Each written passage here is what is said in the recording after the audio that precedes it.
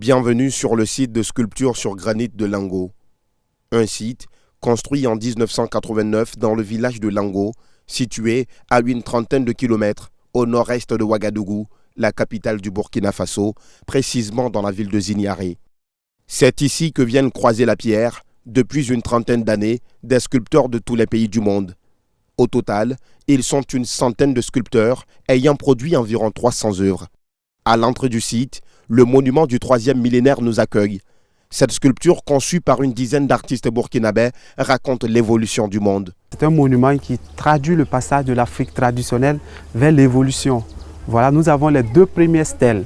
Et ces deux premières stèles nous présentent la culture, la civilisation africaine en 8 plaques de bronze. Mais à partir de la porte que nous traversons pour entrer dans la modernité, nous avons cette mondialisation qui est regroupée en 4 propositions, où on verra déjà la technologie, ainsi de suite, jusqu'à la conquête de l'espace à travers les fusées et les satellites. Vincent Sango, comme tous les guides touristiques du site, connaît par cœur l'histoire, l'auteur et le message que véhicule chaque œuvre. Remarquez bien qu'en bas, on a une seringue. Voilà, et l'artiste sur la seringue bouche le bout de la seringue.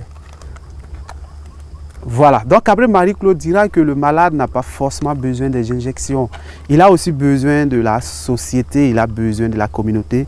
Il ne faudrait pas qu'on les rejette. À l'instar de la souffrance, les sculpteurs mettent en exergue à travers des œuvres zoomorphes, abstraites, figuratives ou anthropomorphes, plusieurs thèmes.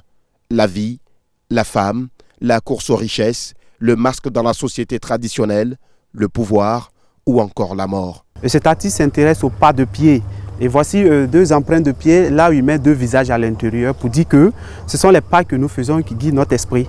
Et le pas reculé est une personne qui reste toujours à la maison renfermée. Quand vous êtes à la maison, voici que vos yeux finiront par se renfermer sur vous. Vous ne découvrez pas des nouvelles choses, ce n'est pas bien. Et l'esprit se renferme, vous êtes limité. Malheureusement, vous pensez tout connaître, vous avez la bouche ouverte, vous parlez beaucoup. Et Romain nous dira, il faut toujours sortir pour en profiter, pour visiter. Et quand vous sortez le pas en avant, les yeux s'ouvriront, l'esprit se libérera et la bouche se fermera à moitié. L'une des particularités du site de sculpture sur granit de Lango, cette savane hérissée d'arbres rabougris, d'herbes jaunies et d'affleurements granitiques. Un cadre idéal pour nourrir une imagination féconde et faire naître de la pierre de magnifiques œuvres. Nous avons, en plus d'un site touristique sur granit, un site naturel.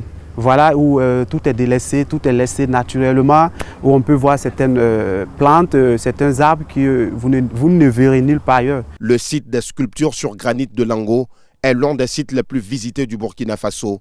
Il a même atteint le pic de 10 millions de francs CFA de recettes annuelles et obtenu en 2016 le prix du meilleur site touristique du pays.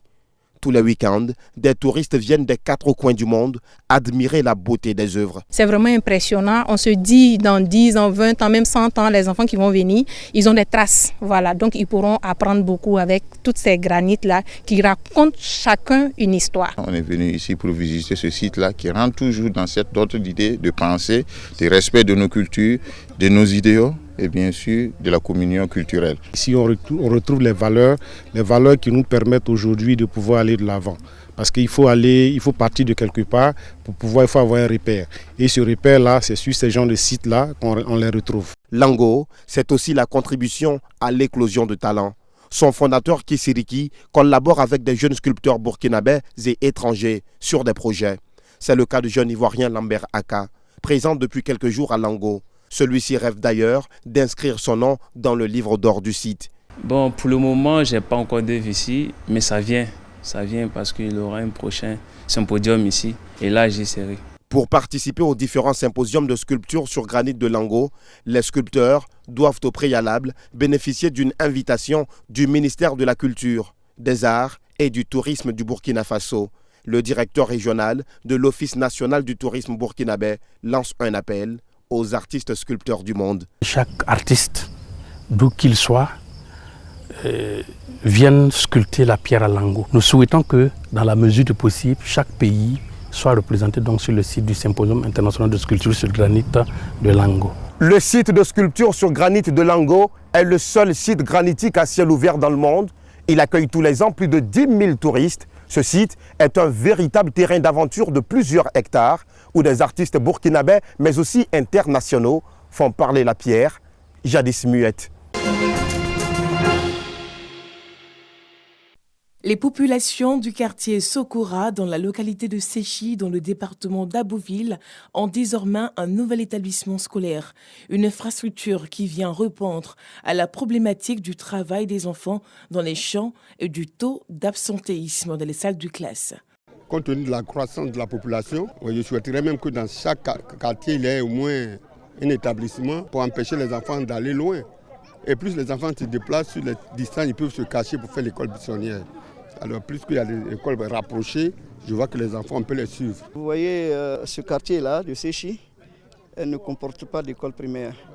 Et construire là une école primaire pour que nos enfants puissent aller à l'école, c'est vraiment une très grande bénédiction et je tire le chapeau à la coopérative Escopac. Dotée de 3 salles de classe, des latrines et d'un bureau pour directeur, l'école primaire publique de Ngorankwasi-Fulbert est un établissement scolaire réalisé par la Société coopérative agricole de Séchi. Les enfants ne doivent pas être au champ, les parents, les enfants doivent être à l'école, doivent travailler. Un enfant, à partir de 6 ans, jusqu'à 18 ans, doit partir à l'école. Donc c'est ce que nos programmes de certification de la diversité nous demandent. Donc nous aussi, pour l'appliquer, on doit aider les parents en construisant des écoles pour que les enfants puissent aller à l'école. Cette infrastructure scolaire a été financée dans le cadre du programme de durabilité de l'industrie cacaoyère Toutan, une entreprise spécialisée dans l'exportation du cacao. Nous avons pu bâtir en fait cette infrastructure scolaire qui répond en fait à un besoin exprimé par la communauté villageoise de Séchi. Cette infrastructure scolaire a globalement coûté la somme de 25 millions de francs CFA. Marcel Koulibaly, représentante du sous-préfet de Séchi, a exhorté élèves et personnels éducatifs à faire bon usage de cet établissement tout en invitant les parents à s'investir dans la scolarisation de leurs enfants. La place des enfants, c'est à l'école. On ne ménage aucun effort en la matière et chaque jour, c'est ce même message. Les enfants sont de plus en plus dans les écoles, dans les classes. Je crois que c'est ce message qu'on doit réitérer à chaque fois au niveau des parents d'élèves. À l'initiative de la construction de l'établissement scolaire, la Société coopérative agricole de Séchi entend doter l'établissement d'un logement pour enseignants et de 3 autres salles de classe.